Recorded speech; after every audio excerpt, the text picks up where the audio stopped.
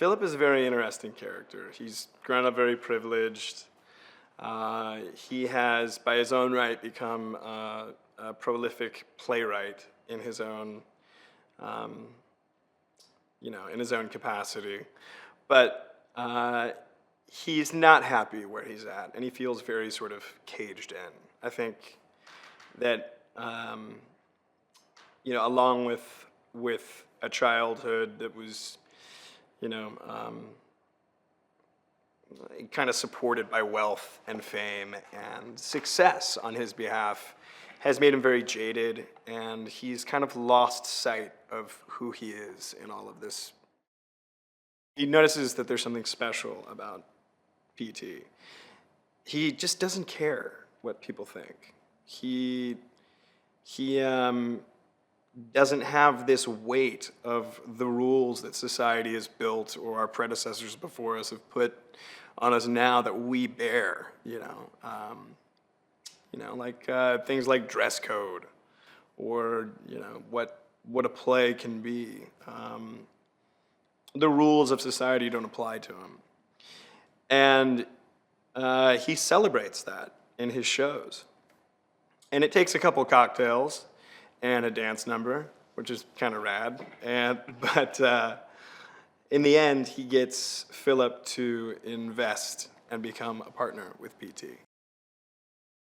The biggest breakthrough for Philip, I think for really anyone in the movie, is the moment that you realize that you don't have to live within the boundaries that everyone else has set through history or through time. You don't have to follow the rules. You don't have to color inside the lines. You can be your own person.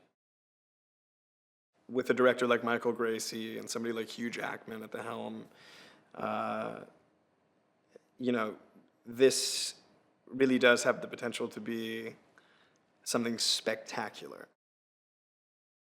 Benjamin Justin's music, although it's contemporary in many ways,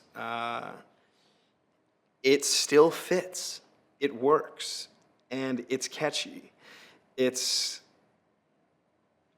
great music. This was some of the most technical choreography I've ever attempted in my entire life. Watching him and his attitude towards the way he approaches work with such tenacity and such love for what he's doing. He's clearly in his element. It made me want to elevate. Zendaya was remarkably skilled at trapeze by the end of this movie. We were doing aerial stunts, swinging around the room with one arm attached to, a piece of rope, like legitimately, no harnesses, and colliding. It was pretty crazy when I think back on it in retrospect. Everybody gave their absolute maximum effort in this movie. Not just the performers aside. From every single person involved in this movie made these numbers come together, and we ended up with something I think that's truly going to be magical.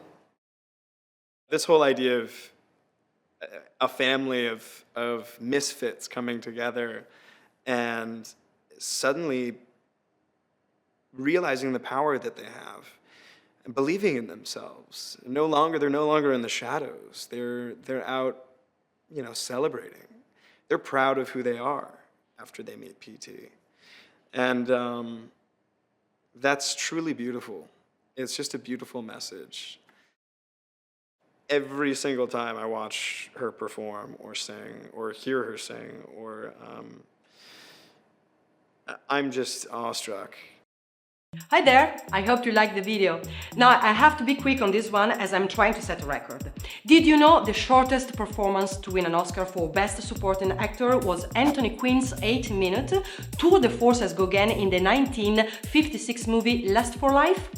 Meanwhile, the shortest performance to win an Oscar for Best Supporting Actress was Beatrice Strait's 5 minutes and 40 seconds performance in the 1976 film Network. Yes! looks like a bit both of them. So if anyone from the Academy is watching, you know where to find me. Oh, by the way, my name is Valeria. Now, remember, we publish new videos every day, so be sure to subscribe for more great content. See ya!